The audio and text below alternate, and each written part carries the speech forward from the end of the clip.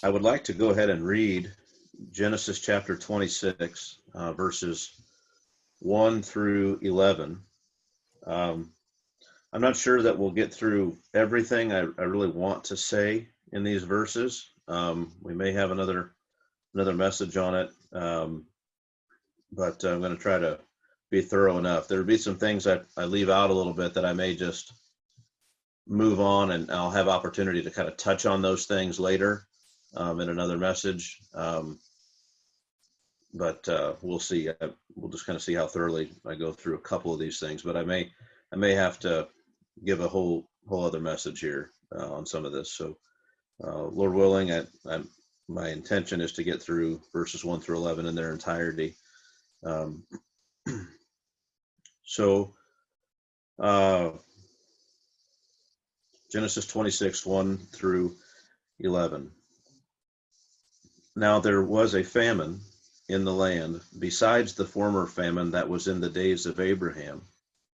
And Isaac went to Gerar, to Abimelech, king of the Philistines. And the Lord appeared to him and said, Do not go down to Egypt.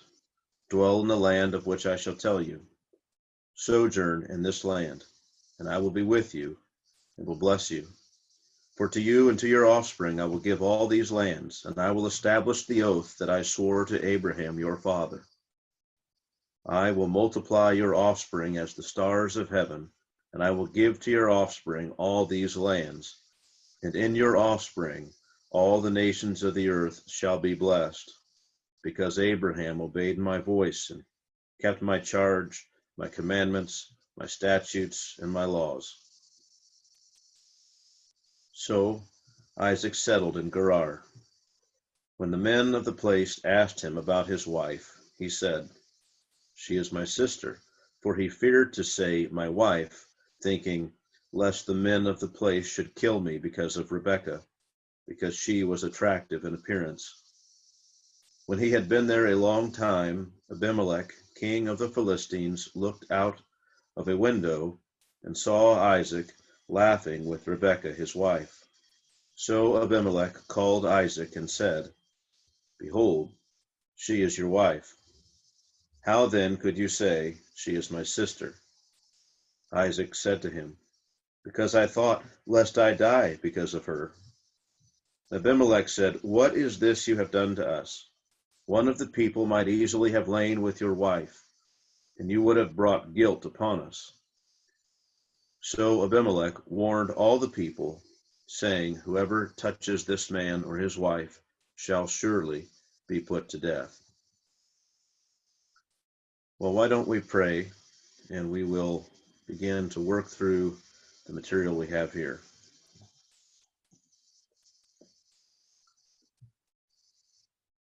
Heavenly Father, we have come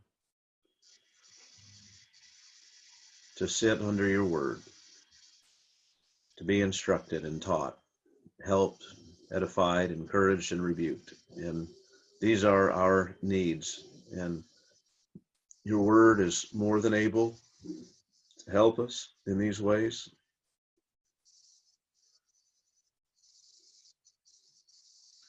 Lord, we are all of us in times that are strange and different and unusual.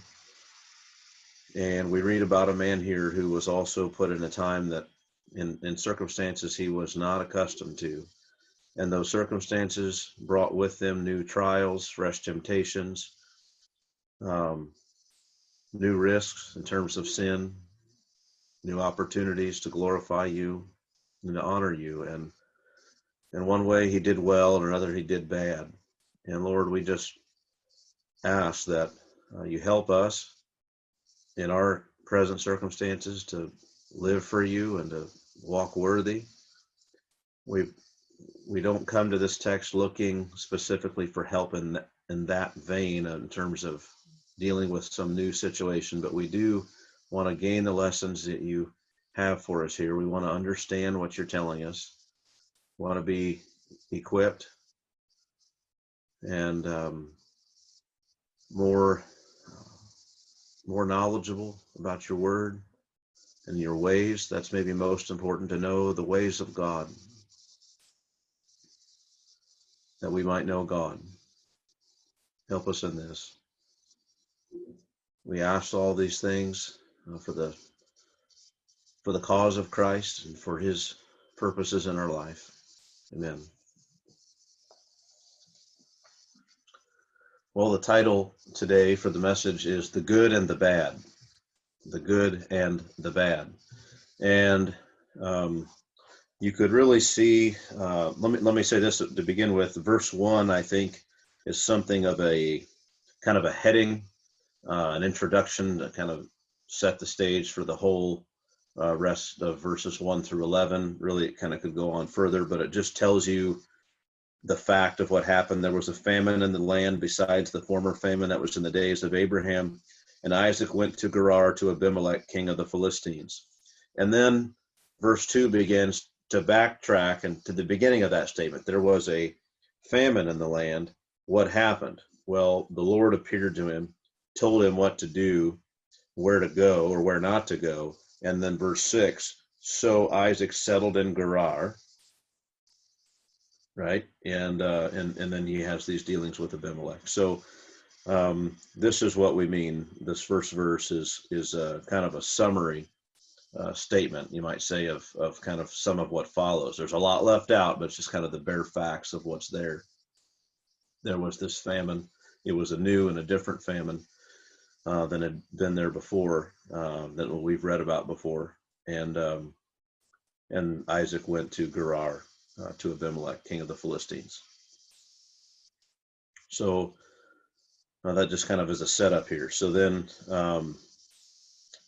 we could call verses 2 through 6 the good, right? I mean, the Lord appears to him, tells him what to do, and he does it. Verse 6, so Isaac settles in Gerar. And then you could call 7 through 11 the bad, so we have the good and the bad, and you could divide it up in that way. Now, remarkably, this is almost the last story we have about Isaac. Just crazy, because it's just the second story we have about Isaac. You could call it, I don't know, the third or the fourth, maybe, if you want to go back to, when he was just weaned, and they had that celebration for him. He was just kind of there as a wallflower in a sense. The celebration was for him, but the story was all about what his birth and his thriving, the circumstances that created for other people in the camp, and how Ishmael was given the boot. And then you have the story of Abraham being called to sacrifice Isaac, and that's significant. Isaac is there, and some people kind of try to make that a story about Isaac almost, rather than a story about Abraham, but it's not the way the Bible presents it. The Bible says almost nothing about Isaac in that section in terms of what he did, other than to do what his father told him, and then we don't hear any more about how he got tied up or bound or anything like that. So those would be the first possible two stories. And then the third story, I guess, another possible one would be when he receives his wife. His wife is gotten for him.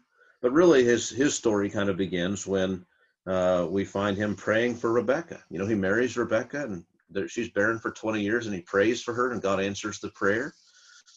And that's kind of the first scene. That happens. The boys grew up, and one is favored by the father, and one is favored by the mother. And that's kind of the first story of Isaac. And then we read more about Jacob and Esau at the end of chapter 25, and the story just kind of moves on from Isaac for a bit. And then now we find Isaac again. Now we're going back to Isaac, and there's this specific promise that God made to him, and when there was a famine in the land. And then we read about how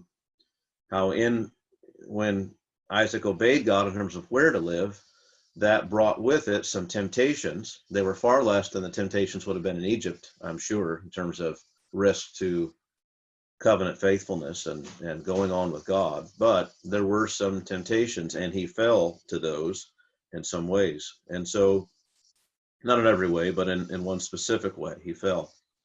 And so this is kind of some of the earliest stories we have of Isaac. And then after this, and the rest of this chapter, we have another story where Isaac is looking for a place to live, kind of to settle temporarily in Gerar. He stays there for a long time, but he's kind of given the boot, and he's out on the outskirts of the area and looking for room to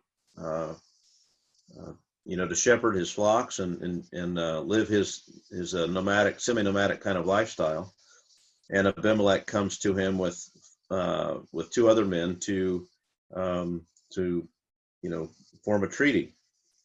We read that, and then after that is the next story is Isaac blessing Jacob by mistake, and then Esau, and then Isaac again. And we don't hear any more about Isaac until Jacob, and then Esau, and then Jacob again. And we don't hear any more about Isaac until he dies. So there's just not much that we read about him, and there are reasons for that, and we'll kind of get into some of that here. This is really something we have to recognize, I think, about the biblical record. We have all these stories about Abraham, and in one sense, now that we're reading about Isaac and we see how little is said about him, it sort of feels like we have a lot of stories about Abraham. And in one sense, we do. I mean, we have, a number of chapters about Abraham, more about Abraham than most people that are written about in the Bible. And so there's a lot that we have about him. But even then, it was pretty sparse. I mean, we're talking about a 75-year period and just a couple chapters and a few stories about him. Not a lot about him, but even far less about Isaac. Isaac, as important as he was, lived in a different time than his father did. You think about Abraham's life being full of firsts, whereas, Abraham was the first one kind of called out of his paganism into this relationship with God, the first one that God promised these things to. He was the first one that God sent from one land over to another land in this positive way. Come over here and be a blessing. It's quite a thing. Abraham had many, even family firsts concerning he and Isaac. But so his life was full of firsts, whereas Isaac's life was far quieter, covers far less geographical territory. It includes far fewer controversies. It includes fewer appearances from God. God shows up far less. So in one sense, you might just say, Isaac's life just seems to be not as exciting, not as interesting as his father Abraham's. At the same time, however, what we do know about Isaac concerning the stories that Genesis gives to us seems almost repetitive. I mean, it's crazy. It's like, of all the things you're going to tell me about Isaac, you're going to tell me that there was a famine in the land and he was tempted to go down to Egypt. Didn't we cover this ground already with Abraham? Of all the things you're going to tell me about Isaac, you're going to tell me he went to Gerar and met this king named Abimelech of the Philistines. And while he was there, he was worried about his wife and his relationship, and that causing him to possibly be killed. Didn't we cover this ground already? Didn't we cover it twice, in fact, with Abraham for different reasons? But we covered it with this man particularly, or this someone named Abimelech. The same place, same town. Didn't we already cover, the idea that Isaac or Abraham, was concerned about their beautiful wife being a reason they would die? Yeah, we covered that before. Why are we dealing with this again? It just seems so repetitive. And so for this reason, some people have assumed even that, that you kind of have these ancient stories that are told, and some kind of a situation that happened in times past, and different people tell the same story different ways to kind of arrive at a certain moral, for the story, and the details are different. And, Moses, or in some people's views, whoever brought together, Genesis, just kind of didn't know which one to take. And so they just kind of put them all in there, and you've got the same kind of event that maybe is all made up, or maybe happened to somebody back in the past, but they're attributing, there's one story about Moses or about Abraham and kind of down in Egypt, and then there's another story about Abraham and Abimelech, And there's another story about Isaac and Abimelech. So it's the same basic story, and you have sometimes the person who is the ruse is performed on it's always a king. Sometimes it's the Philistine king, sometimes it's the Egyptian king. It always is surrounded with fear about what might happen in the place where you were, and so you left there, went somewhere else. And some of the people tell the story that it was Abraham, and some of the people tell the story that it was Isaac, and we're just not sure, so we're just going to throw them all in there, and they're all there for us. There's some real problems with that. I would say the details are very different of each instance. The lessons learned, some of the lessons are the same, but they are different. God responds differently in each time. So if these are three tellings of the same story, the specific details are wildly different in every case. And so for that reason, we can ignore that objection kind of entirely. There aren't really good arguments to be made for that position. But again, it's very repetitive material here with Isaac. He makes a treaty with Abimelech, concerning the land. That's very similar to what happened with Abraham. And so it's odd, and you might say, for Moses, who generally in his recording of things for us has been very careful not to be too wordy.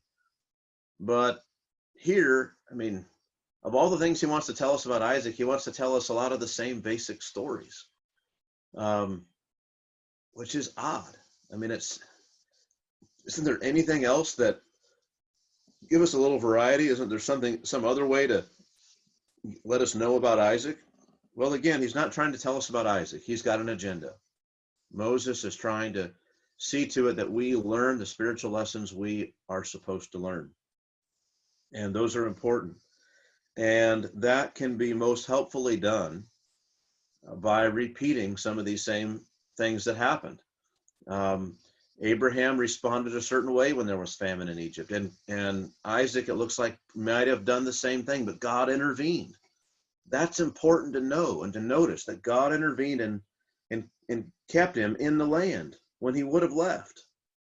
And so that's just one hint at an answer there, and there are others, and we'll cover those. I just don't want to put too much of the front load too many things here.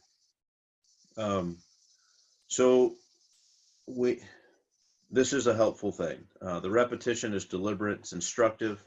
The first stories of Isaac are repetitive from the life of Abraham because Moses wants to show us something important, and we can't get those lessons if we don't see the two men kind of both put in the same situation, and we see one guy and the way he responded, and then we see the other, and we learn lessons as we compare and contrast and think about these things. But one of the main things we're supposed to learn is that God can be trusted to deliver on all those things about which he's promised. And that these promises, now think of this is really important, these promises are not just for a previous generation, but are for all who receive them, for all who receive the promises and embrace them. And so this is important.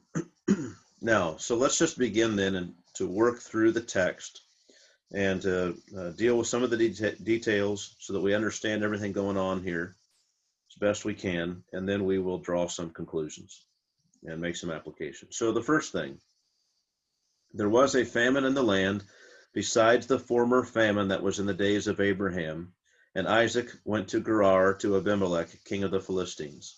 Now we could just stop there for a second, and I don't want you to miss the severity of the language here. There was a famine in the land. I don't know, we don't even have an understanding of that in our culture. Famine the worst it gets here is we go to the grocery store and one of the items on our list is sold out, and we just think that's terrible. Everything's stocked so well. We have such an abundance of everything. The idea of a famine for us in this country, in America, is just beyond our imagination, I'm not, our kids aren't the only ones to say it. I say it probably more than others. And I remember saying it a lot growing up. There's nothing to eat. And you think, You got a pantry stocked full of stuff to eat. And if it had been a week since my last meal, any of those things would suffice just fine. I would take them quickly. There's plenty to eat, and there just always is around here. It's an amazing thing. We don't know about a famine, but think about people. I mean, starving and dying, animals dying, people dying, because there just is not food. They cannot get food. They cannot obtain it. Um, this is a famine. So there's a famine in the promised land. This is the place. This is a bit of a. This puts. It's a bit of a how to say, a crisis of faith here. You have been told by your father Abraham that, and you've seen some of these things work out, that God has promised him. He sent him to this land and promised him he would bless him here. Things would go well for him. He would be able to be a blessing to others. That all the nations of the earth would be blessed in him. God would be with him to protect him. And Abraham was blessed. Abraham was blessed physically. He was blessed spiritually. He was blessed in terms of a descendant. And this was wonderful. Isaac has seen this. He's heard this. He knows these things to be true. And he's in this land. And now in this place where he's supposed to be, where this God has called his family to live and to kind of waiting for God to fulfill these things that he's promised down the road, but it's going to be in this land. Now this land has a famine. Now when this happened in Abraham's life, Abraham left. He split. He went for Egypt. And it's concerning. There's a risk. When it says to us in this verse, this was a famine besides the former famine that was in the days of Abraham. I think we are invited by Moses to compare, to stop for a second and think about what happened in that former famine. What do we know happened? There was this famine. This is Genesis chapter 12. There was this famine, and Abraham left. He went to Egypt, where it was better watered, where he could survive without the struggle. He went there, and while he was there, right, he gave in to fear about what might happen to him. He lost his wife. He lied about his wife, and then he lost his wife to Pharaoh because she was beautiful, and if anyone in the land was going to have her, Pharaoh was going to have her, and he did. But God intervened and overthrew Abraham's brilliant so-called plan to stay alive and for it to go well with him, and protected him and sent him back to the land with his wife.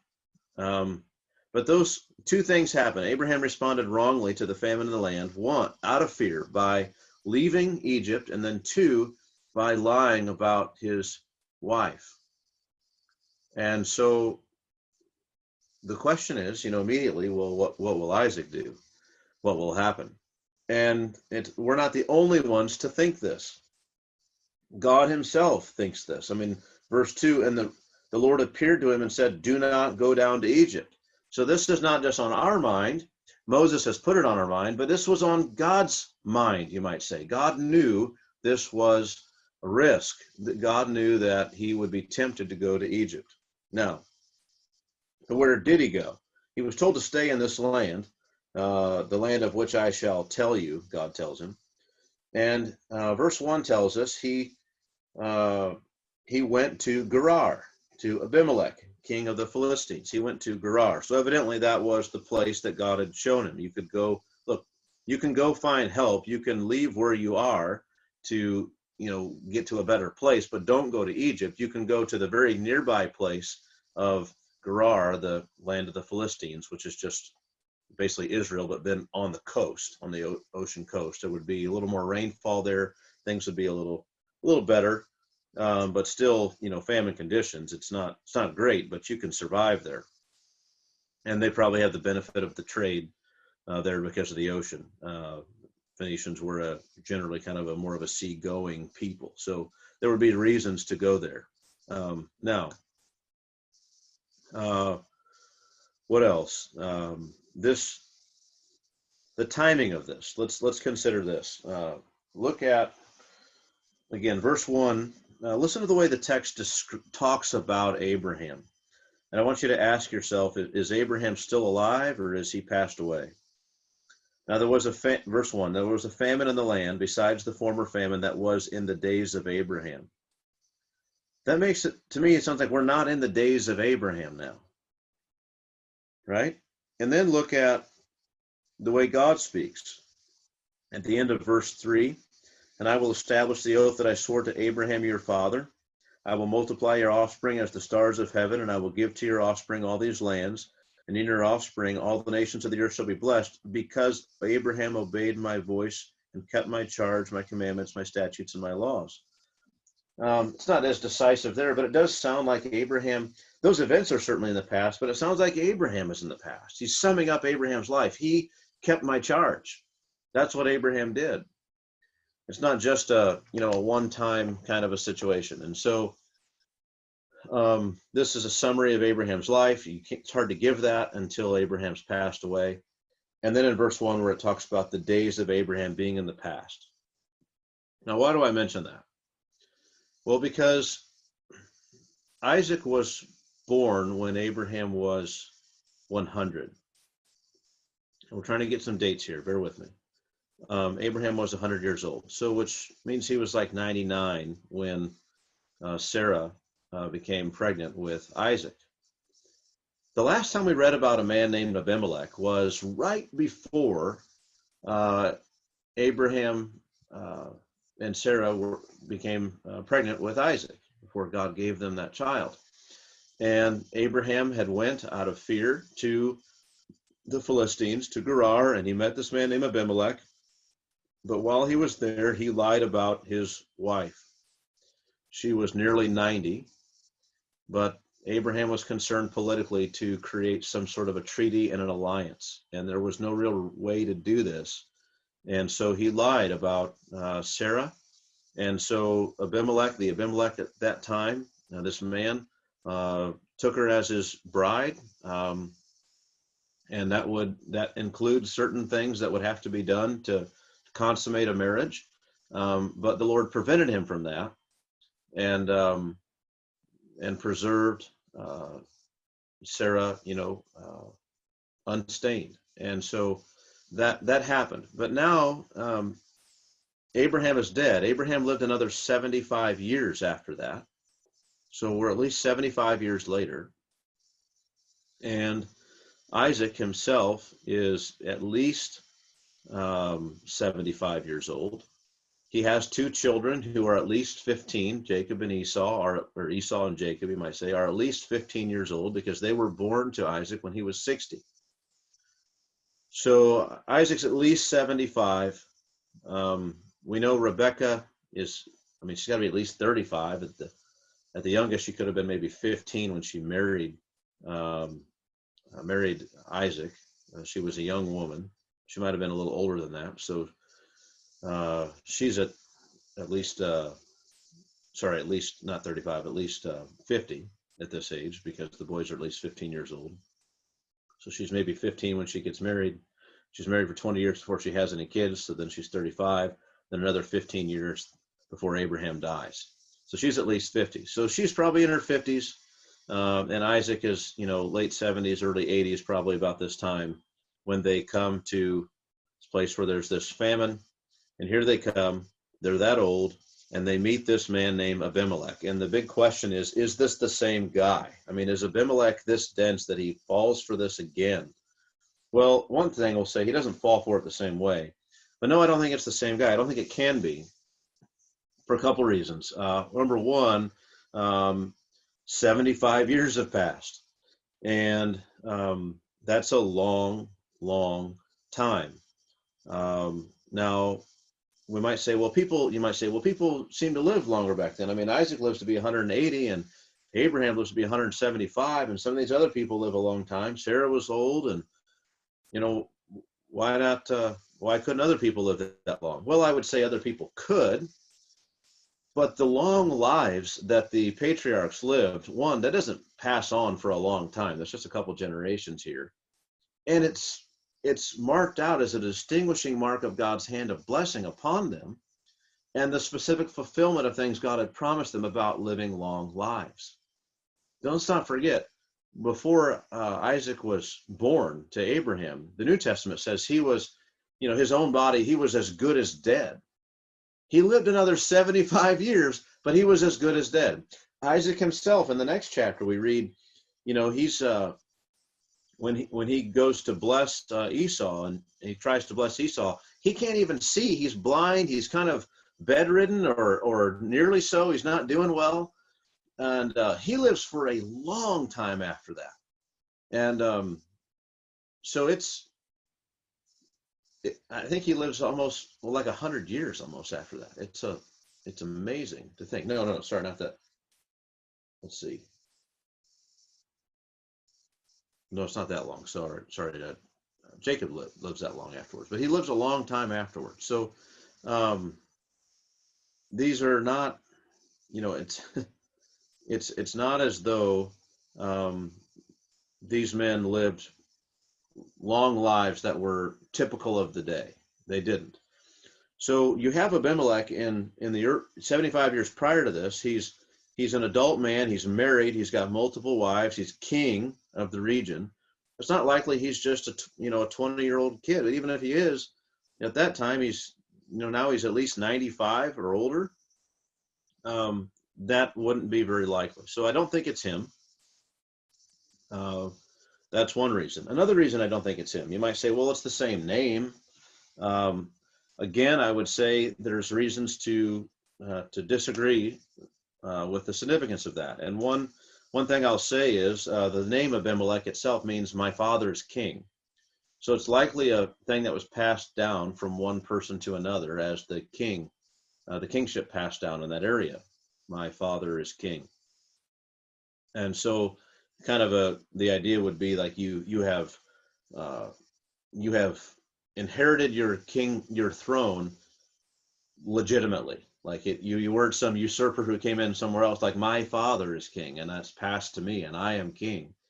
And so this is likely a descendant of Abimelech, or maybe it means father in a different sense, or it could stretch to that. Maybe it was that the first Abimelech that we read about inherited this title, and he passes it on, but you pass it on to a man maybe of your choosing, and you become his father in that sense, father to the throne. And this guy was chosen, handpicked for the kingship. It's all those things are very possible. But there's two texts I want you to look at just to prove this. One is in Psalm 34. If we turn to Psalms 34, we'll read about another king, King David. And we read something very curious here. In Psalms 34, look at the heading here. My Bible has a big bold heading, taste and see that the Lord is good. That is a heading put in by our Bible translators. But there's another heading I have in all caps that is given. This is inspired now. This is in the original. This is a psalm of David when he changed his behavior before Abimelech so that he drove him out and he went away. This is a man named Abimelech. But this so we know this happened historically. We can read elsewhere in the Bible about where this happened and read the account. So for the sake of argument here, I want to do that just briefly. 1 Samuel chapter 21. 1 Samuel 21, verses 10 through 15. And David rose and fled that day from Saul and went to Achish, the king of Gath. And the servants of Achish said to him, Is not this David, the king of the land? Did they not sing to one another of him in dances? Saul has struck down his thousands, and David his 10,000s. And David took these words to heart and was much afraid of Achish, the king of Gath. So he changed his behavior before them and pretended to be insane in their hands, and make marks on the doors of the gate, and let his spittle run down his beard.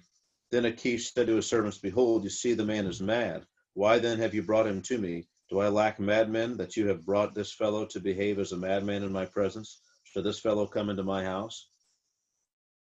Then David left from there. And did we read the name Abimelech anywhere in that story? No, we didn't. Here the man's name is Achish.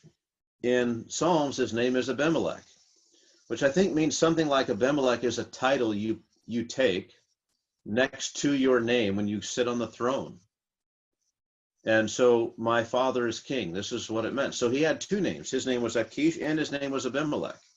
And so it's very reasonable to think that there are multiple Abimelechs here in Genesis as well. That's the name itself means my father is king. It sounds like a throne name. And we have an example of Abimelech being a throne name elsewhere in the Bible. So, there's no reason to push back and say this had to be the same guy. It didn't have to at all. I don't think it was. So spent a lot of time there kind of dealing with that, but that's one of the main issues people always have, or main questions people have. So I think it's important to deal with it.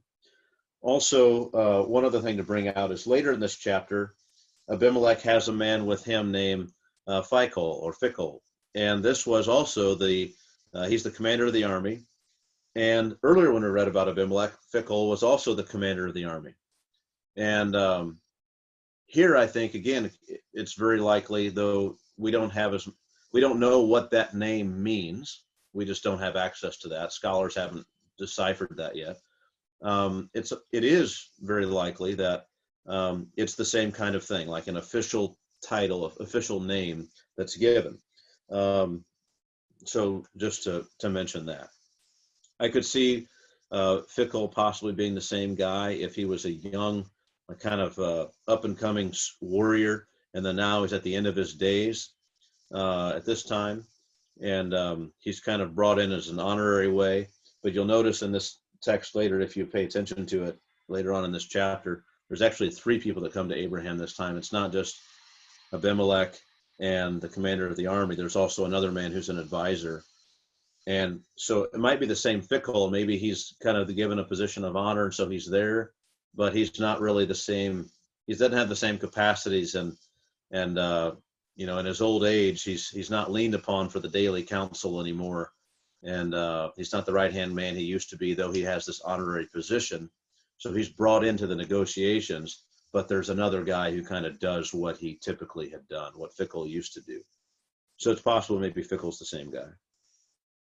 Now, let's move on then. We've spent a lot of time in verse 1, and I really want to get going here in a quicker fashion. So let's look here. Verse 2. And the Lord appeared to him and said, this is appearing to Isaac, do not go down to Egypt, dwell in the land which I shall tell you.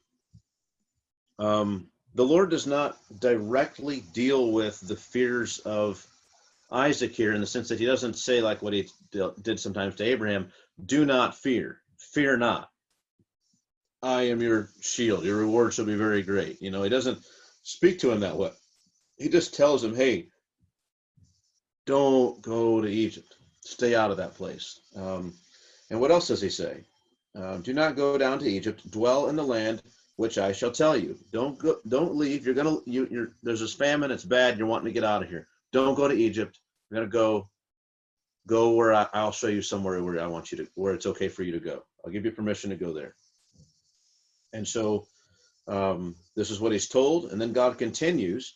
He's kind of dealing with this fearfulness before it becomes a real problem. And he continues here in verse 3, and he says, sojourn in this land, and I will be with you and will bless you.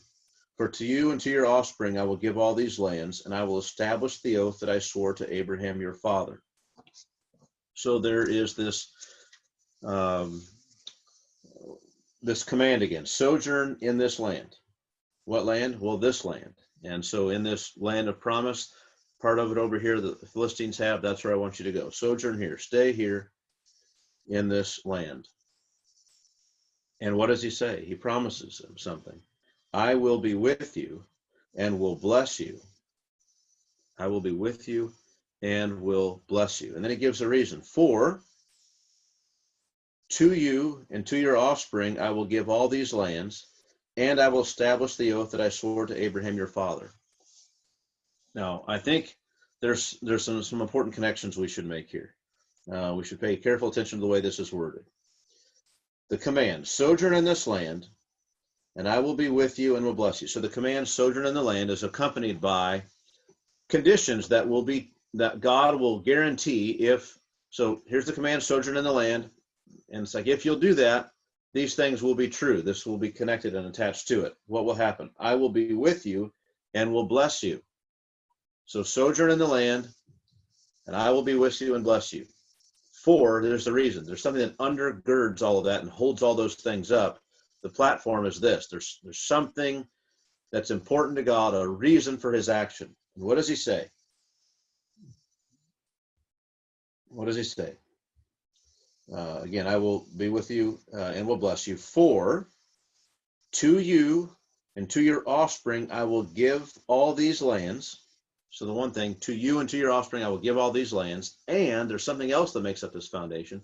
There's two stones for this foundation. Namely, not only to you and to your offspring will I give these lands, I will also establish the oath that I swore to Abraham your father. I will establish the oath that I swore to Abraham your father. And then in verse 4, these things I think are brought out again. What do you mean? We could break verse 3, the second half of it, into two parts. The two foundation stones. One is, to you and to your offspring I will give all these lands. We find that repeated in the first part of verse 4. I will multiply your offspring as the stars of heaven, and will give to your offspring all these lands. Now the second part of verse 3 of that, the second stone was, and I will establish the oath that I swore to Abraham your father. Now let's look at the second half of verse 4. And in your offspring all the nations of the earth shall be blessed. So I think both of these stones, I guess, are described a little further in verse 4. So there's two foundational stones to the what God is saying he will do now for Isaac. So he gives him this command, sojourn in this land, and I will be with you and will bless you. Why am I going to do that? Because to you and to your offspring I will give all these lands, and I will establish the oath that I swore to Abraham your father. So the purposes, these bedrock purposes of God, these foundation stones, is one, the reason that Isaac can act in good faith with God is that, one, God has said, first of all, to you and to your offspring, I'm going to give this land. That's my purpose. You can trust it. You can act in good faith with me because I have this purpose for you. The other purpose I have is I will establish the oath that I swore to Abraham your father. You've heard it said to you by your father about these things I've promised to do. I'm going to establish that. You can count on it. It will happen. And so he describes it further. What do you mean? Well, look, I told you that I'm going to give this land to you and to your offspring. I will multiply your offspring as the stars of heaven, and will give to your offspring all these lands. It will happen. That's how I'm going to do it. And concerning this promise, this oath that I swore to Abraham, and my intention to establish it, what will happen? And in your offspring all the nations of the earth shall be blessed. It will come to pass. And then underneath that even is another because in verse 5. Because, for there's some other reason. Because Abraham obeyed my voice and kept my charge. Abraham obeyed my voice and kept my charge.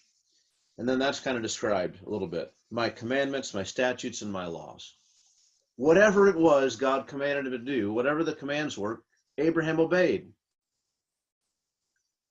So that's the logic of those verses there is, he tells them, don't go to Egypt. Instead, stay in this land that I'm going to show you and dwell there.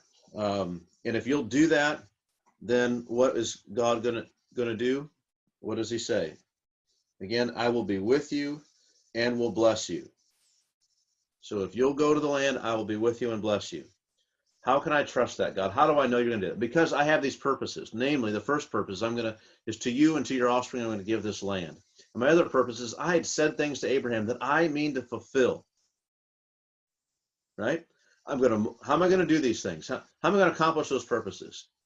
To give the land to you and your offspring. Well, what I'm going to do, first of all, I'm going to multiply your offspring. And then to that offspring, I will in fact give the land. How are you going to establish the covenant that you, sorry, not the covenant, but the sworn oath you made to Abraham, my father? Well, I'm telling you, what's going to happen is I will bless all the nations through you. Right? That's what's going to happen. In your offspring, all the nations of the earth shall be blessed. I just commit to it again. That's all I can do on that. For now. Why will you do this, God? Why are you choosing to act this way? Why, God, do you, in the midst of this famine, Lord, why have you appeared to me and told me not to go where I was thinking about going, instead go here, and you're telling me you're going to be with me to bless me and do all these things? Why? Well, because Abraham obeyed my voice and kept my charge, my commandments, my statutes, and my laws. Because this is what Abraham did. Now, this is interesting for sure. It's very helpful for us. I want to do a little theology with you here on this, and hopefully get us clear on some things. There were some instances in Abraham's life, you remember, as we were learning about Abraham, where there were some conditional promises. God says, if you'll do this, then this. And we see kind of another one here with Isaac. If you stay here in the land, and I will bless you. And that works out. But we see it in Abraham too. Remember, he had to leave everything to go follow God, and then God would do certain things for him. We saw that in Genesis chapter 12. But also there were some things that I want to consider just briefly. Look at Genesis chapter 22. Genesis 22, verse 18. This is after the willingness of Abraham's part to sacrifice Isaac before the Lord stopped him. Let's go back to verse 15, maybe. This is the specific sworn oath that God said he was going to establish here in our text before us in Genesis 26.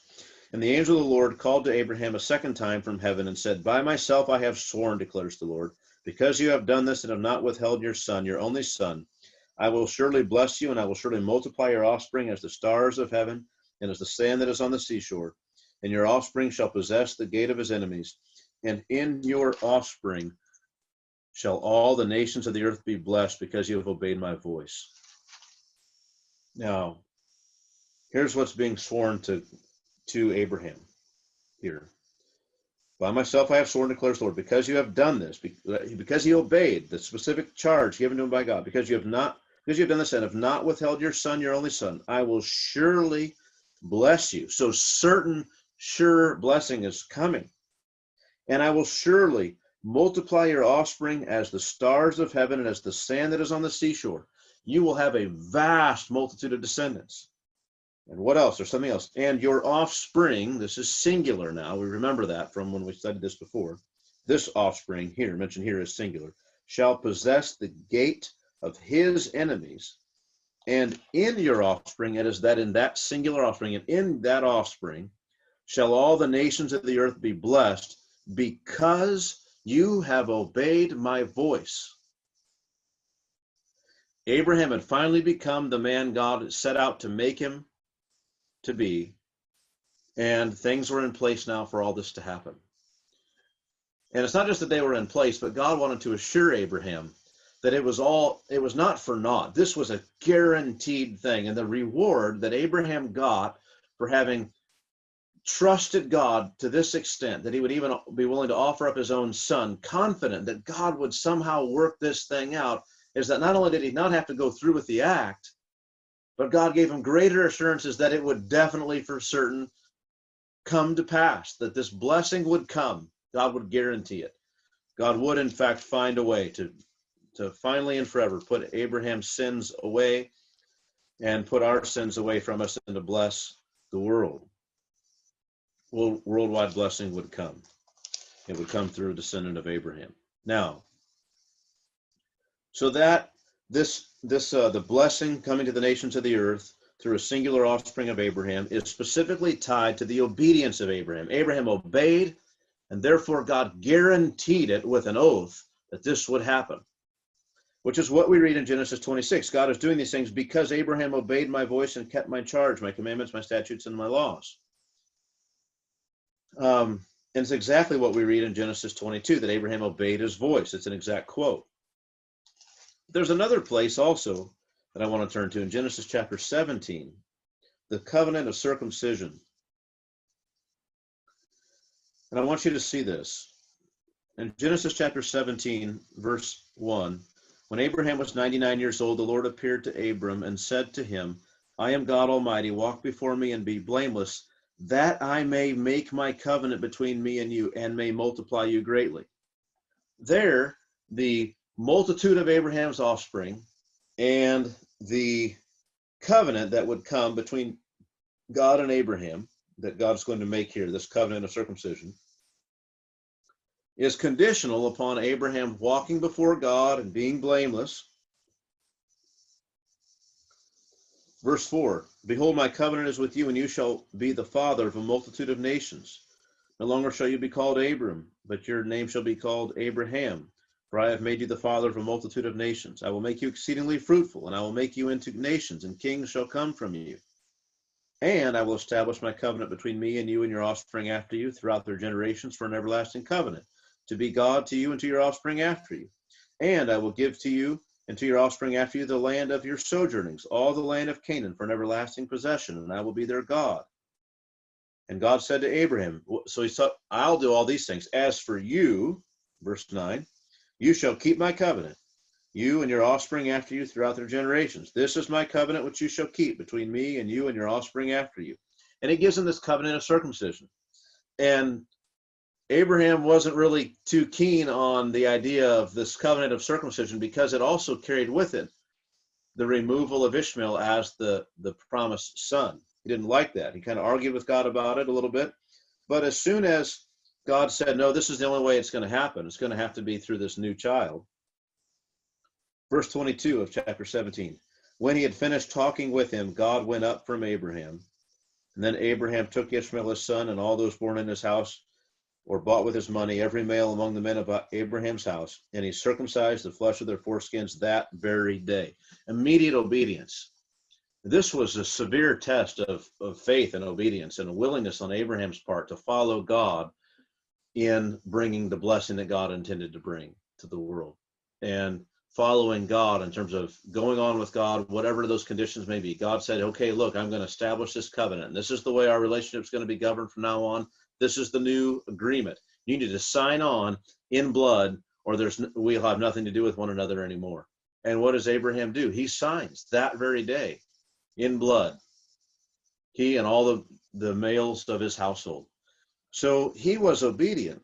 But again, the increase of the people and their having of the land is tied to Abraham's obedience to this covenant that God established. And so when Genesis 26 tells us that because Abraham obeyed, God has these two purposes that he is definitely going to carry out in Isaac's life, that we can understand that. We can see, we see where God had made it conditional in a sense on what kind of man Abraham was going to be, whether God was going to do all this.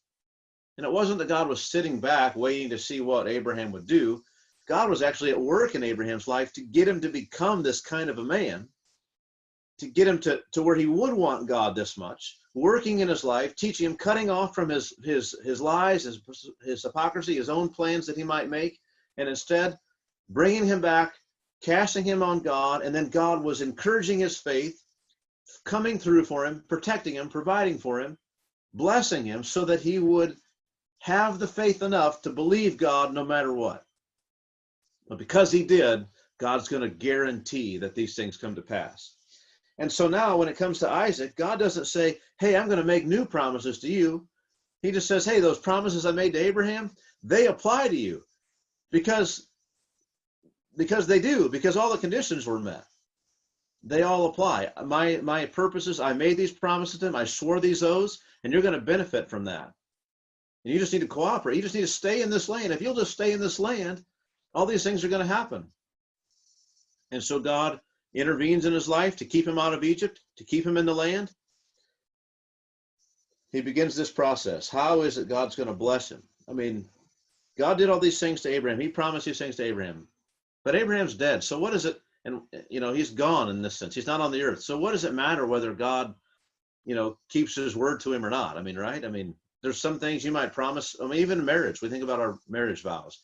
Till death do us part. I mean, you're not free to go marry somebody else while you have a spouse, while that person's alive. But guess what? If they die, you're free. It doesn't matter what you promised them. You can go do your own thing.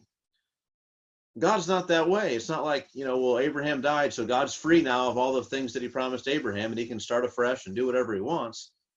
He has the authority to start afresh and do what he wants, but he has the character to follow through on what he promised. And because he promised these things to Abraham, and because Abraham did the things that he was asked to do, Abraham grew in faith and gave honor and glory to God. He obeyed God. He kept his rules, his charge, his commandments, statutes, and laws. He listened, he obeyed his voice and kept his charge. He did what God gave him to do. Grew in faith. For that reason, God's not about to let these things fall flat. And in this instance, so for all we know, this is the first time God ever appeared to Isaac. I mean, Isaac is 75 years old at a minimum. And the first time God appears to him is when he's thinking about leaving the land. And God says, no, don't do that. Stay here. I will bless you. Don't worry about that. I will be with you, and I will bring these things to pass. I have purposes for you. I've not forgotten the things that I said to Abraham. They will come to pass. Set your heart on these things, Isaac. Don't worry about where you're going to get your food. Trust me. I will provide. I'll be here. I've promised these things to your father, and he obeyed me, and I will not go back on my word to him. The implication is Isaac himself needs to begin obeying God in earnest. Now, he's already, been seeking God. He was praying to God for his wife, for Rebekah's barrenness. And so we already know that he's been seeking God some, but it hasn't been on this level where God has kind of taken hold of him and said, okay, you're the one. I'm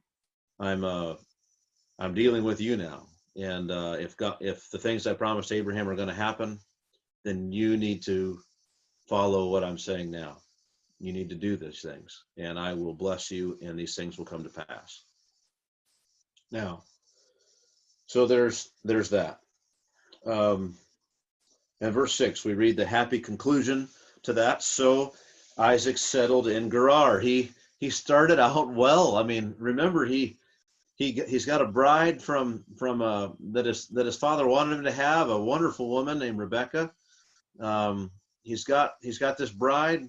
He didn't marry one of the pagan women of the land. He married a pagan that they knew, I guess, but who was willing to serve God as well. He's got a wife who's barren. What does he do? He prays to God. He begins to pray earnestly, and God hears his prayer, and in time she conceives and has a child, and there's joy in that. And the boys are up and grown now, and kind of doing their thing. But here he is. Famine comes, and what does he do? He does what most people would do: leaves for a better place. But before he leaves, God meets him and says, "Don't go. Go to this other place, and if you'll do that, I'll be with you." And he does. He obeys God. I mean, Abraham had been told, "You go to this land and you stay there, and I'm going to bless you." And Abraham split. He ran when things got rough. Isaac, things are rough. When God tells him, "This is where I want you to stay," he doesn't leave. He doesn't go anyway to Egypt. Abraham knew better. Isaac didn't.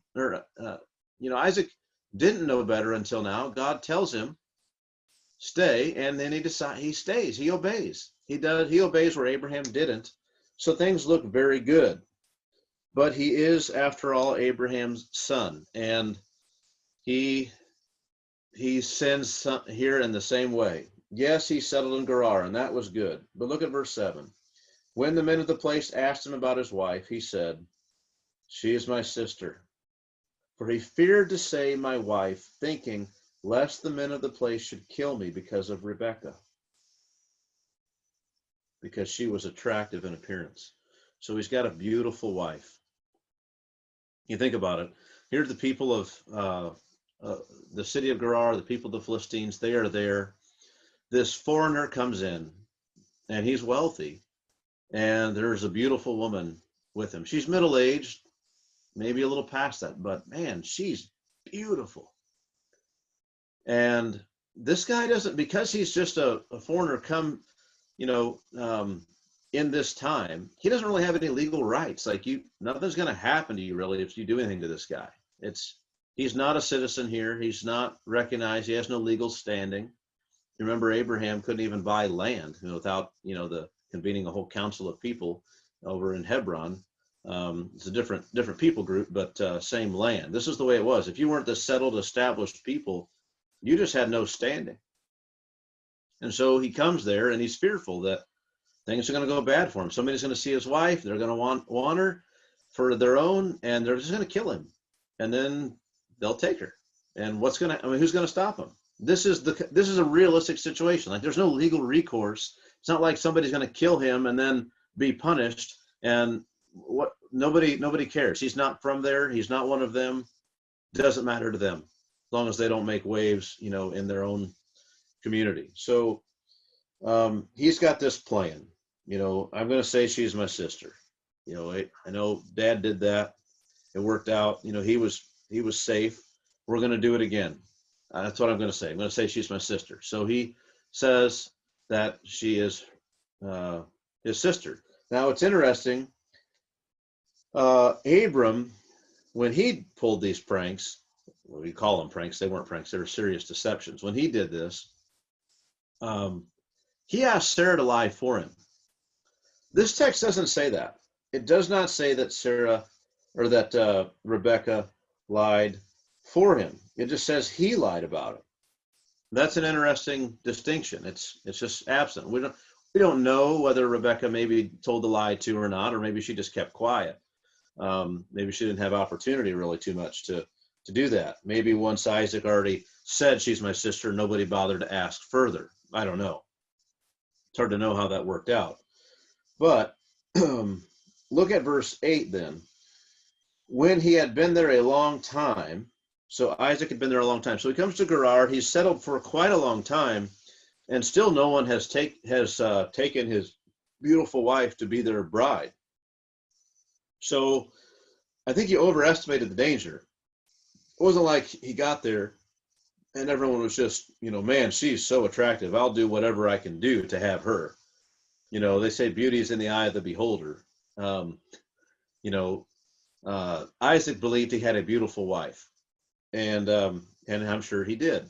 But he believed he had a very beautiful wife, and evidently the men of Gerar thought he had a beautiful wife, not a very beautiful wife, not a wife to kill for. And so, not even a wife to go approach this man about taking her as your own. She is, after all, quite a bit older. She may have, they're these 15-year-old boys, or maybe a little older, these men who are kind of connected to Isaac here. And, are they her children? Are they his children? They say they're not married. They're brother and sister. Hard to know what the situation is there exactly. It's a little odd. And you don't really weigh in because, yes, she's beautiful, but it's not like readily apparent exactly how you go about marrying this woman and what the baggage is connected to her. And so there's no suitors at this time. It doesn't appear. But when they had been there a long time, we're not told exactly how long that is, Abimelech, king of the Philistines, looked out of a window and saw Isaac laughing with Rebekah, his wife. Okay, so he sees this, and he sees them. The text here, the translation here says they're laughing together. Verse 9, so Abimelech called Isaac and said, behold, she's your wife. How then could you say she is my sister? Now I'll stop there, and I'll just say this. If someone saw me with some other woman somewhere and we were laughing, I don't think you could know, because we were laughing, just laughing, that she was my wife. You wouldn't know that. Um, but you could say there are kinds of joking and jesting and playfulness between a married couple that is very inappropriate and wouldn't be found at this time outside of a marriage union of wedlock. And this is what he sees. And in fact, the word itself used, laughing, it is Isaac's name. It's the same root, their laughter. Some people think it could be sometimes translated something a little more sexual in nature or something. And so for that reason, you might, the text really is Isaacing with Rebekah, his wife.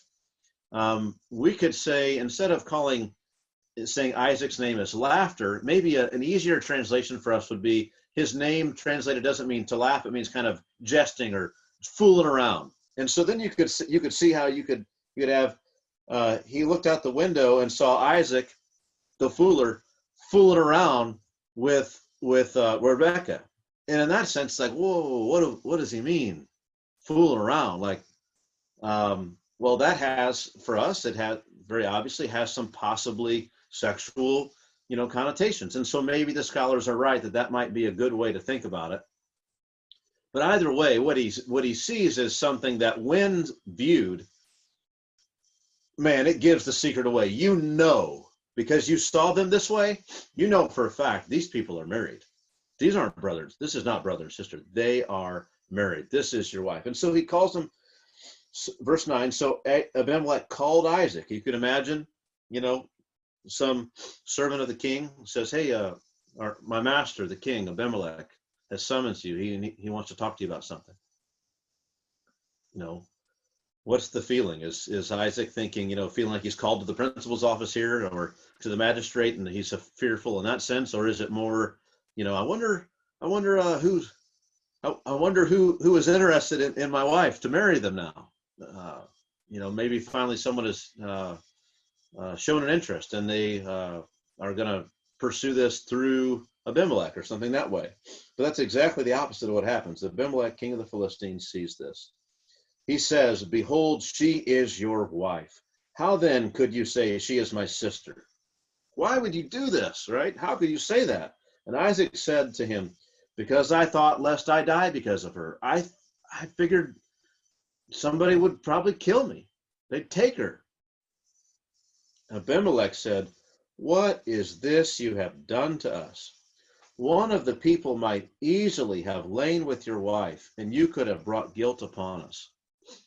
So before we give the people of the Philistines too much credit compared to Isaac, when Abimelech describes his own people, and he considers that what they knew was that there was a beautiful woman who was not married, but who was a foreigner, and she was, was a middle-aged woman. She was there residing with them because of the famine. He says it would have been very easily, one of the men could have just laid with her. And elsewhere in Scripture, when that kind of thing happens, it's not always consensual. It's definitely not always in wedlock. Sometimes that happens first, and then, oh, hey, let's get married. And so it's not as though these were just very honorable people. Isaac wasn't wrong in some of his fears here. So that's something to say. One of them might easily have lain with your wife and would have brought guilt upon us. Now that statement is a good thing. He's saying that would have been guilt. We would have, if to take another man's wife, we would have incurred guilt. He's fearful of that. You might say, guilty of what? Guilty of their own civil courts or something? Not likely. I mean, though they had those, that's not likely the big thing. They understood the gods or God himself may, in fact, would not hold them guiltless for such a thing. And they have a record of that in the past, of course. You remember with Abraham, that God came because Abimelech took Abraham's wife, even though he didn't know it. He did it in the innocence of his heart. He married her. God had closed all the wombs of the place, of the household of Abimelech. And we talked about that. How many stillborn children may there have been and the house because of this sin of Abraham and Sarah and the unwitting sin of Abimelech. And because Abimelech did it unwillingly, not knowingly, God kept him from intercourse with Sarah. But he didn't hold him guiltless. He did, in fact, punish the house. And there was guilt brought upon them. And, I think that's likely a kind of story where this Abimelech, this current king, is saying, if we'd have done that, we'd have brought guilt upon us. What are you doing? Why would you risk that to us? You can't do that. Verse 11, so Abimelech warned the people, saying, whoever touches this man or his wife shall surely be put to death. I don't think this is his way of assuaging Isaac's fear that if Rebekah was his wife, that someone might kill him to have her. I think in light of it being found out that they had lied to them, one, that they had thought so badly of them, they thought, well, someone will kill me for my wife. And then he thought so, and then in thinking that badly, he had lied to them all and put them at massive risk that someone might have would act inappropriately. And if they did, massive judgment would come upon them, such as they maybe hadn't seen since the last time something like that happened. That everyone is just kind of irked at this. I mean, the ire of the city would be high. He would be persona non grata. Get out, get away. We don't want you here. But the last time that happened, I mean, the king was told to treat this man well. And so he does. And not only does he treat him well, but what else does he do? He issues a warning. The king issues a warning that if anyone harms this man, harm will come to him. Abimelech warned all the people, saying, whoever touches this man or his wife shall surely be put to death. If you do something to harm them, it's going to cost you your life. He's fearful. He's also a good king. He knows that this man Isaac and the family that's been associated here, maybe he doesn't even know the family. He knows the last time they had a sojourner come, when out of fear for them like this, who was a wealthy man, had lots of things, and there was, people didn't treat him well. They were caught in this lie. They incurred guilt because of the kind of a situation. Things went badly for them. And as a good ruler, he means to keep his people from it. And so he threatens them with the greatest threat he can, with death, if they step outside his boundaries and harm this man, outside the boundaries of his intentions, the king's intentions, and harm this man, Isaac or Rebekah, either one. Whoever harms this man or his wife shall surely be put to death. So, quite a thing that happens here. Now, let's begin to draw some conclusions here, make some thoughts and sum things up. It's interesting that in fear, Isaac wants to leave the promised land. God tells him, no, don't go to Egypt. You need to stay where you are in this land, but you can go over there. This other place I'll show you. And he settles there in Gerar, just as God had indicated. But he's still fearful. He's still afraid. And he's fearful for his life.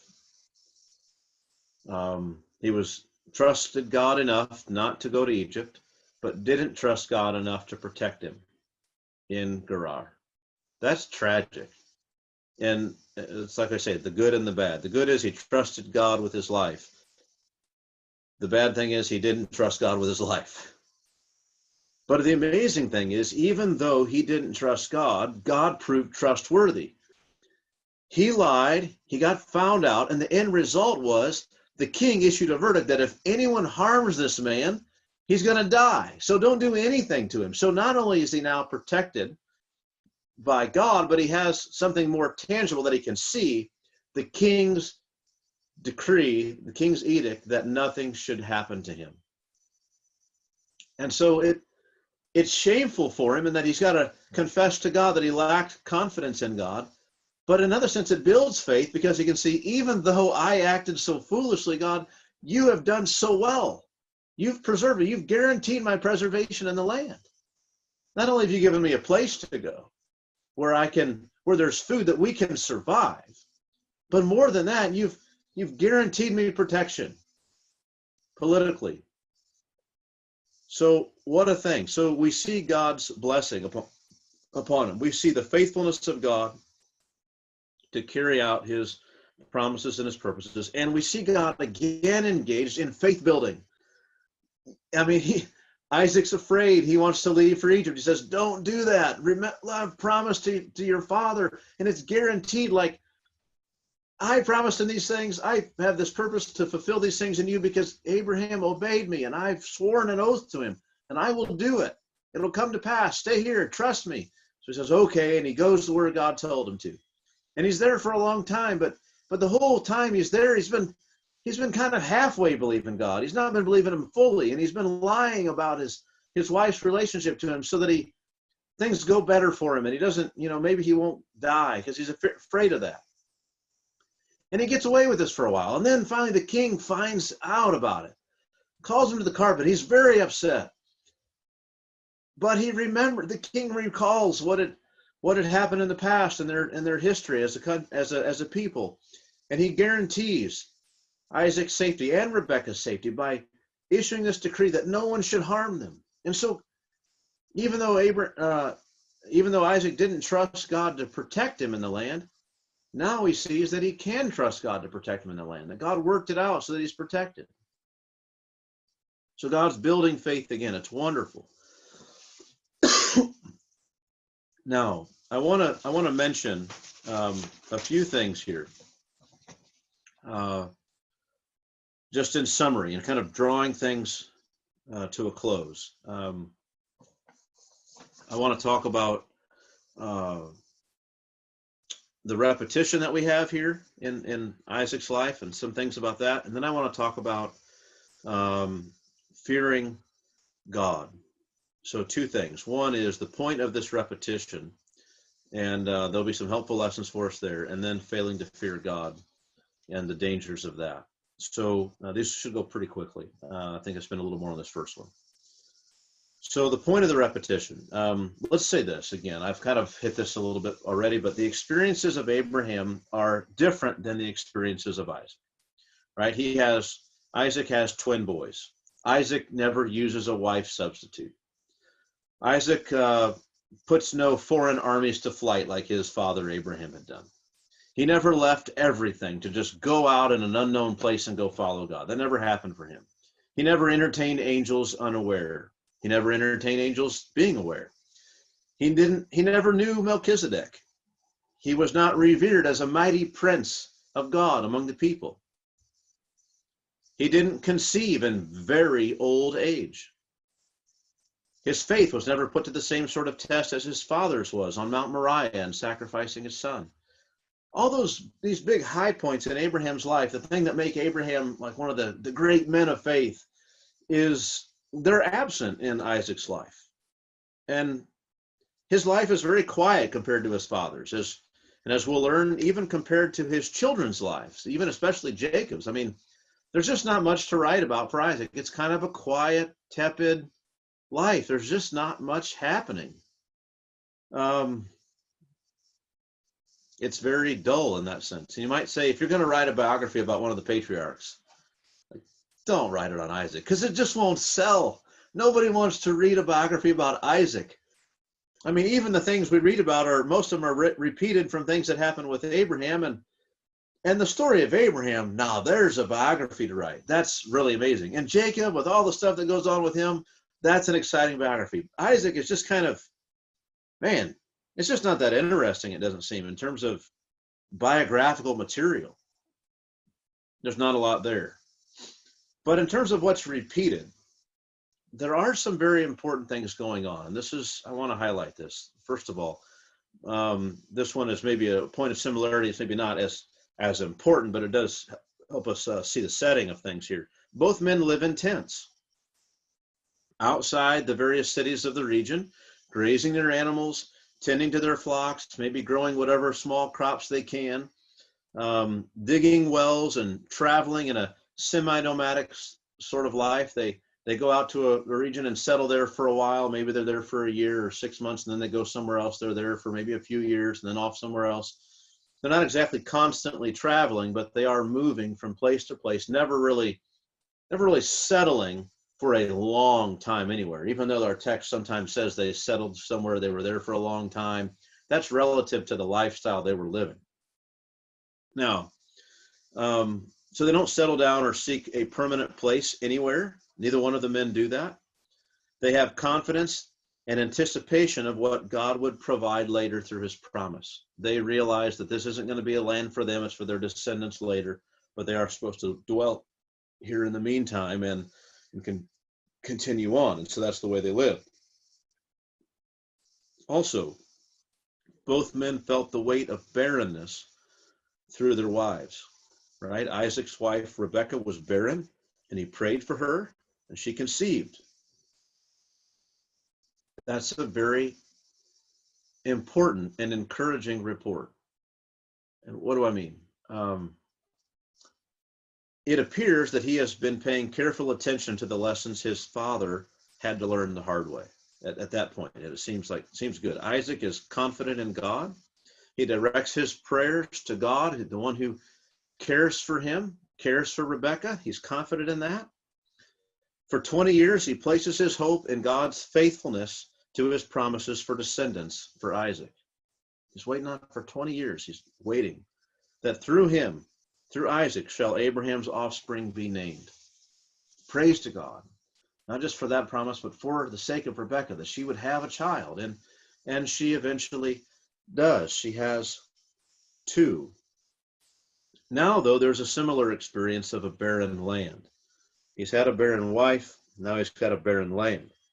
Now there's a famine again in the land. It's different from the famine of Abraham's time, but it's severe, just like that famine was severe. When his father Abraham faced such a famine, he fled the land of promise. He sought refuge in the land of Egypt, which was made fertile by the Nile. He denied his wife and nearly lost everything. But God protected him in ways that he never anticipated. When the famine comes to Isaac, however, he has a very different sort of response. He stays in the land. He's told to stay, and he stays. But we see God dealing with him directly on this point. God tells him, don't go to the land of Egypt. God assures him that he'll be with him. He'll give him his presence. He assures him concerning his purposes concerning Isaac, that he will bless him. He will give him the land. He will be with him and provide for him. So all that's very encouraging. We see that Isaac in many ways has avoided the sins of his father, that he's grown, that some of the stories we read about Abraham that are kind of thrilling or exciting, or we kind of wonder, happened because Abraham was in error. He didn't know enough. He didn't trust God enough, and he had to grow.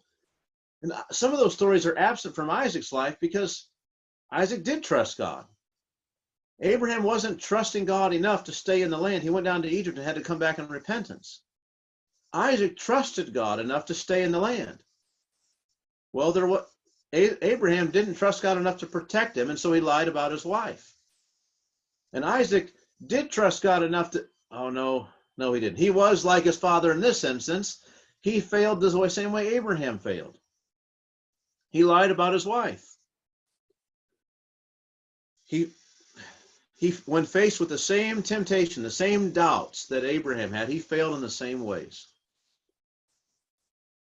Now, we're talking about the point of these repetitions, the point of all the things to say about Isaac. Why tell us these things that are repetitive, these things that allow us to compare he and his father so well? I want to say this.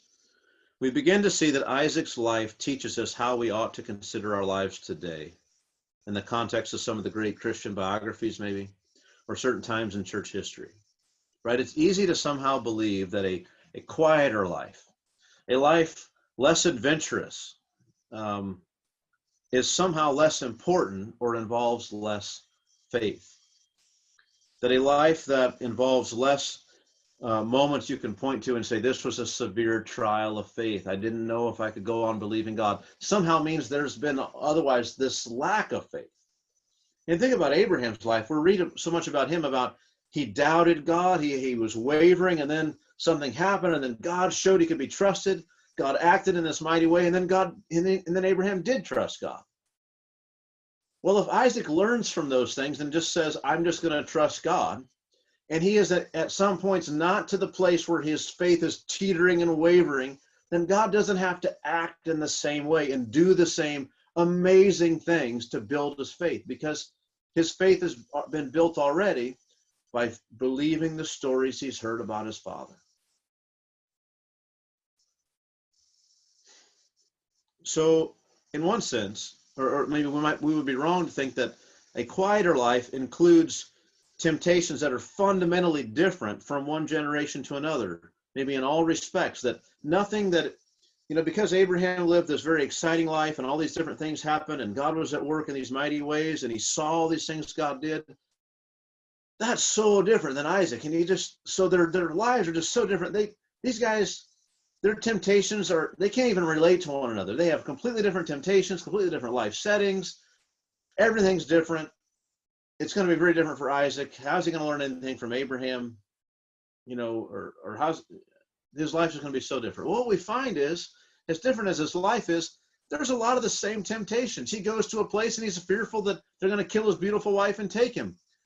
A temptation that's that specific is passed down. It's shared from one generation to another. Many people were suffering these temptations. I mean, why did both men have that fear? Well, probably because it's the kind of thing that happened now and again. Not only did both men experience many of the same trials and tests, despite their very different circumstances and lives, they had to learn many of the same lessons, but they also fell to some of the same circumstances. I mean, they fell, like I said, in this stories, to the same circumstances. They both fell in this way. What's my point here? Well, the point is this. The application of this, I think, one of the helpful things to think about is that here, let's think of the story in this light. Abraham had been called out of his paganism. There was this dramatic conversion, right? There was this wonderful, this kind of adventurous story about going to a land he didn't know and just going where God would tell him to go. And he gets there and there's all these pagan shrines. And he's setting up shrines and establishing the worship of God. And there's a famine and he leaves and he just abandons everything. And God is with him and disciplines him and preserves him and protects him and blesses him and sends him back. And there's this repentance. And then there's this his nephew Lot, and there's all these things that happen with Lot. And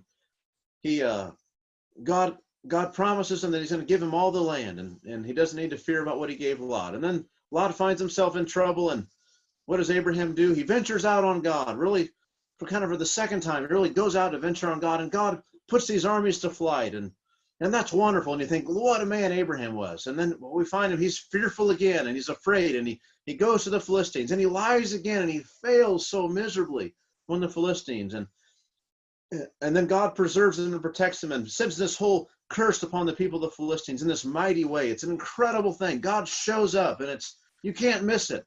Where's all this kind of stuff for Isaac? It's just not there. I mean, even in God intervened mightily with Abimelech the last time that Abraham was there. This time, Abimelech just happens to look over and see. He gets found out. It's nothing miraculous. Where's the miracles? Where's all these things happening? Well, God showed up. God did appear to him one time, and he tells him, I'm going to stay here. I'm going to be with you. I'm going to bless you. So he had some of the things that his father had, just on a lesser level, but his faith was just as real, you see. God was building faith in this man. He was increasing in faith. He was teaching him lessons that he can be trusted. He can be protected. God was going to bless him. God was just as active in Isaac's life as he was in Abraham's life, in the sense that he's building a man. He's being faithful to all of his promises. He's establishing a nation. He's preserving a line. He's doing all these things he's promised to do.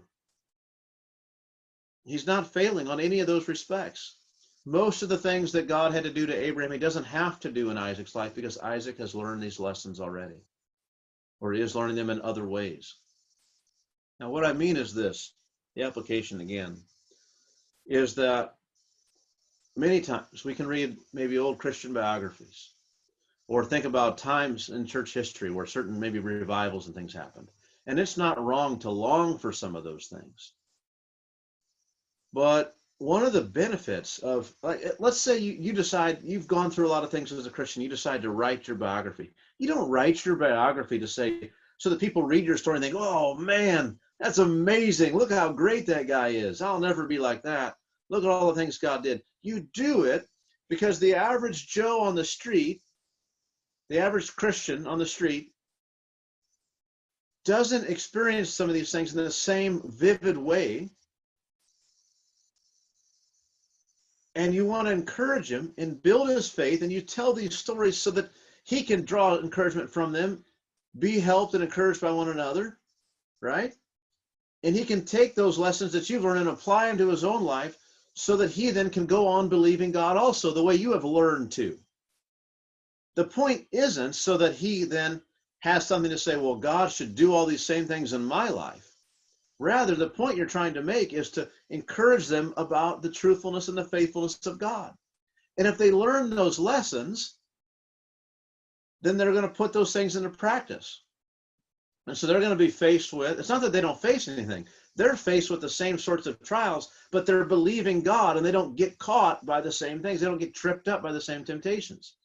So my point in this is not to say, see, we should have lives where we just don't find ourselves having to believe God and trust in God and things like that. No, I don't mean that. What I mean is we should, if we've learned the lessons we should from these stories, we should be encouraged, built up in the faith so that when we face these trials, we don't fall in the same way and need God to bail us out in these dramatic ways. So there are some things, some ways that Abraham saw God move in his life that we won't see if we're learning the lessons that Abraham's story is meant to teach us.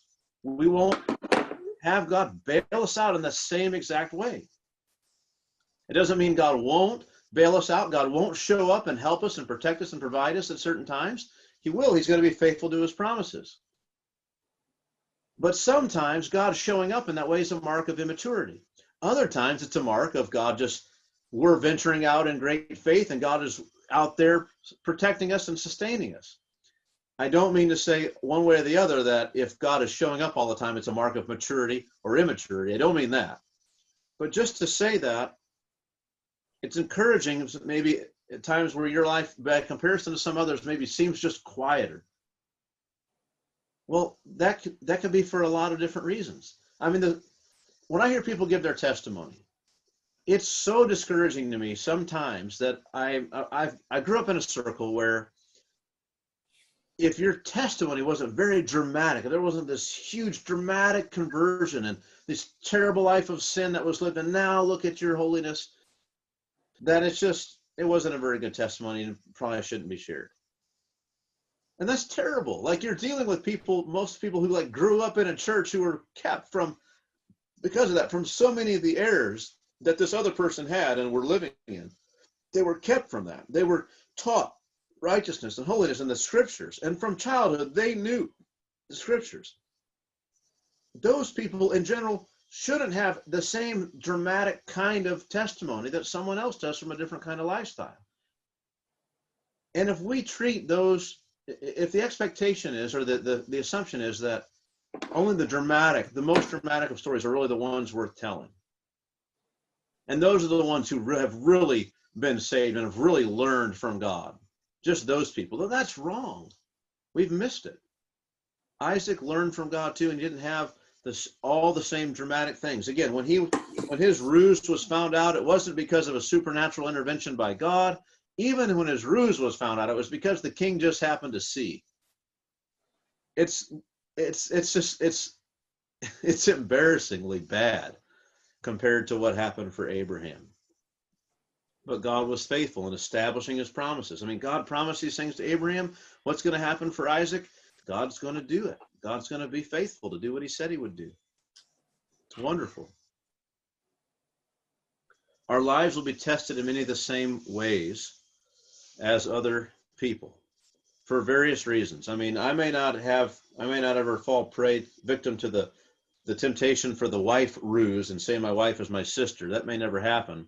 But I will also be tested about fear and trusting God with fearful circumstances. Am I going to follow God? Am I going to trust him? Am I going to take things into my own hands? That's going to happen. We'll talk about that in a minute. But there's all sorts of trials that we experience that are the same, right? From one person to another, one believer. Paul says in 1 Corinthians 10:13, no temptation has come upon you, but what is common to man. We read in Acts 14, we're told through many tribulations, we must enter the kingdom of God. That's what you said. No, somebody's not muted there. Yeah, I texted you that. So we've got all of that. Now, what else? This commandment that no temptation, or this word from Scripture, no temptation has come upon you, but what is common to man. We know that. Through many tribulations, we must enter the kingdom of God. We know that.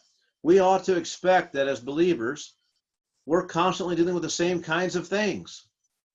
That whether God has to show up and bail us out of something or not, or whether God shows up miraculously to encourage our faith in something, we have the Scriptures, this sure and certain word. We have the testimony of one another to encourage and edify each other, to give testimony to the things God has done in our own lives. We have all these things that are meant to build us up, to keep us on the straight and narrow, to keep us honoring God, growing in the faith, growing in holiness, walking in a way that's worthy of the calling we've received. But there's other reasons we ought to expect that we're going to, even though our life may not be like some other person's in some famous missionary biography, we're still going to face a lot of the same things, which makes that biography helpful to us to draw lessons, and also makes us not so dependent upon that kind of a life necessarily. And what are some of those reasons? First of all, two reasons I want to mention. The world is against us and opposed to us just as it is against and opposed to every Christian. We all have the same common enemy. We all have the same common background. We all grew up as children of the devil, have been made children of God. And so we're all fighting so many of the same battles. We're all surrounded by people who are in the sway of the devil. We are in a world that is opposed to us. And so we have a common enemy, we have a common history, we have a common struggle. In that sense, we will face many of the same things. What else?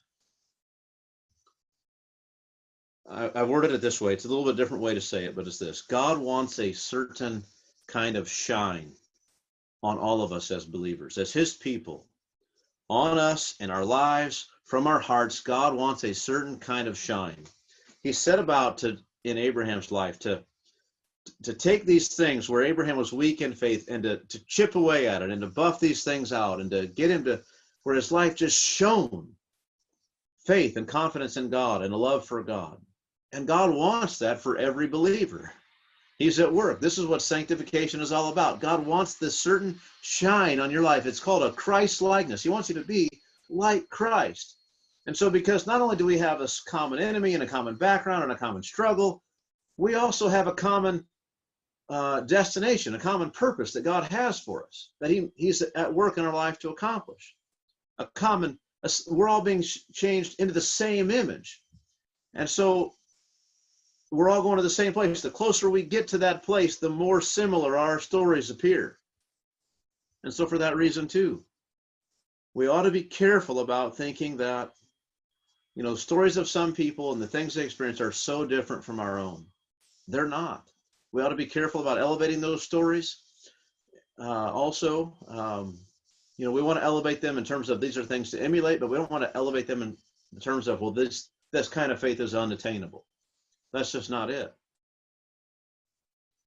The last point I want to make here in terms of application is talking about failing to fear God. And, it's common. People always kind of talk about, being fearless. We hear that, don't be afraid of things. And people always talk about a fearlessness that they want to their life and living with no regrets and those kinds of things. And I just want to say that everybody is afraid. Everybody's afraid of something.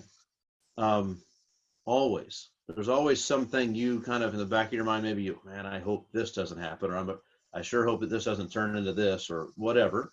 There's fears on that level. And then there's great big fears that stay with you maybe all your life that you wrestle with, or there's sudden fears that come up that are almost inexplainable, that govern your life for a season. Fears are real. There are things that we genuinely should be afraid of. There are things we fear because we've been misled. There are things we fear because we misunderstand a certain situation. There's all kinds of things we might fear. Isaac here, think about it. He was afraid. He was afraid of famine. And then he had fear of God. He feared God enough to trust God, to not go down to Egypt, and to stay in this land. And then what happened? He feared God some, but not enough. And in that lack of fearing God, that space between a full fear of God and the measure he had, there's this lack. And in that lack, in that space, what happens? He's fearful of man. And it causes him to lie and to put his wife at risk and to put that whole community there in Gerar at risk. He was fearful. And he was fearful of people again until he was fearful of God again. So he remained to be afraid of people and circumstances until he was afraid of God again and more fully. So I'll just say this: knowing and fearing God gives you the power to be free from the fear of people and the fear of circumstances, from other fears in life. Whatever other fears you might have in life, the greater your fear of God, the less you'll be afraid of those things. You know, Paul says in Romans 8:31, if God be for us, who can be against us? That's really true. But it's also true, kind of, you might say, psychologically. If we get to the place, if we are fearful of God, then we're not fearful of others. I remember hearing Paul Washer say one time years ago, I just remembered now as I'm talking about it. You know, someone said, you know, I don't know how you can say the things you're saying. Aren't you afraid of people? I mean, I don't know how you're so unafraid of people, was the idea. And his answer was, I am afraid of men. I just fear God more. And this is the thing, like if Isaac had been fearing God and fearful of God and giving God his proper place, he wouldn't have lied about his wife. He would have been confident that God would be with him to bless him like he just said he would and to protect him. But he lacked that confidence. He was confident enough in God to stay in the land, but not confident enough to obey fully, not confident enough to be honest.